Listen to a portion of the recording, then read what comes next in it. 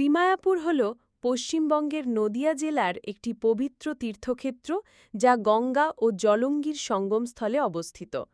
এই স্থানটি সমগ্র বৈষ্ণব জগতের কাছে অত্যন্ত পবিত্র, কারণ একেই ধরা হয় শ্রীচৈতন্য মহাপ্রভুর জন্মস্থান।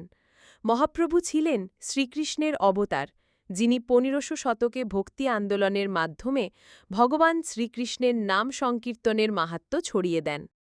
চৈতন্য মহাপ্রভুর জন্মস্থান ১৪৮৬ খ্রিস্টাব্দে গৌড়ীয় বৈষ্ণব ধর্ম প্রবর্তক চৈতন্য মহাপ্রভু মায়াপুরে জন্মগ্রহণ করেন।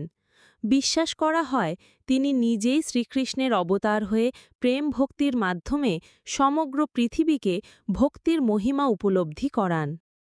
গৌড়ীয় বৈষ্ণব ধর্মের কেন্দ্র মায়াপুর গৌড়ীয় বৈষ্ণব সমাজের আধ্যাত্মিক রাজধানী। এখানে হাজার হাজার ভক্ত প্রতিদিন কীর্তন, জপ ও শ্রীকৃষ্ণ ভক্তিতে লীন হন।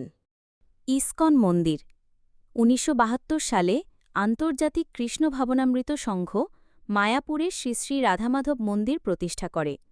বর্তমানে এটি একটি বিশাল আধ্যাত্মিক কমপ্লেক্স, যেখানে প্রতিদিন ভক্তদের ভিড় উপচে পড়ে। ভবিষ্যতের ভূমণ্ডল মন্দির মায়াপুরে বর্তমানে নির্মিত হচ্ছে শ্রী মায়াপুর চন্দ্রোদয় মন্দির বা temple of the Vedic planetarium. এটি হবে বিশ্বের অন্যতম বৃহৎ বৈদিক মন্দির, যেখানে বৈদিক জ্যোতির্বিজ্ঞান ও কৃষ্ণ ভাবনামৃত জীবন দর্শন তুলে ধরা হবে।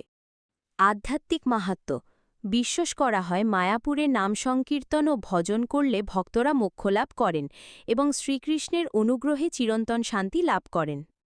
শ্রীমায়াপুর শুধু একটি ভৌগোলিক স্থান নয়, বরং এটি ভক্তি, প্রেম ও আধ্যাত্মিকতার অনন্ত কেন্দ্র।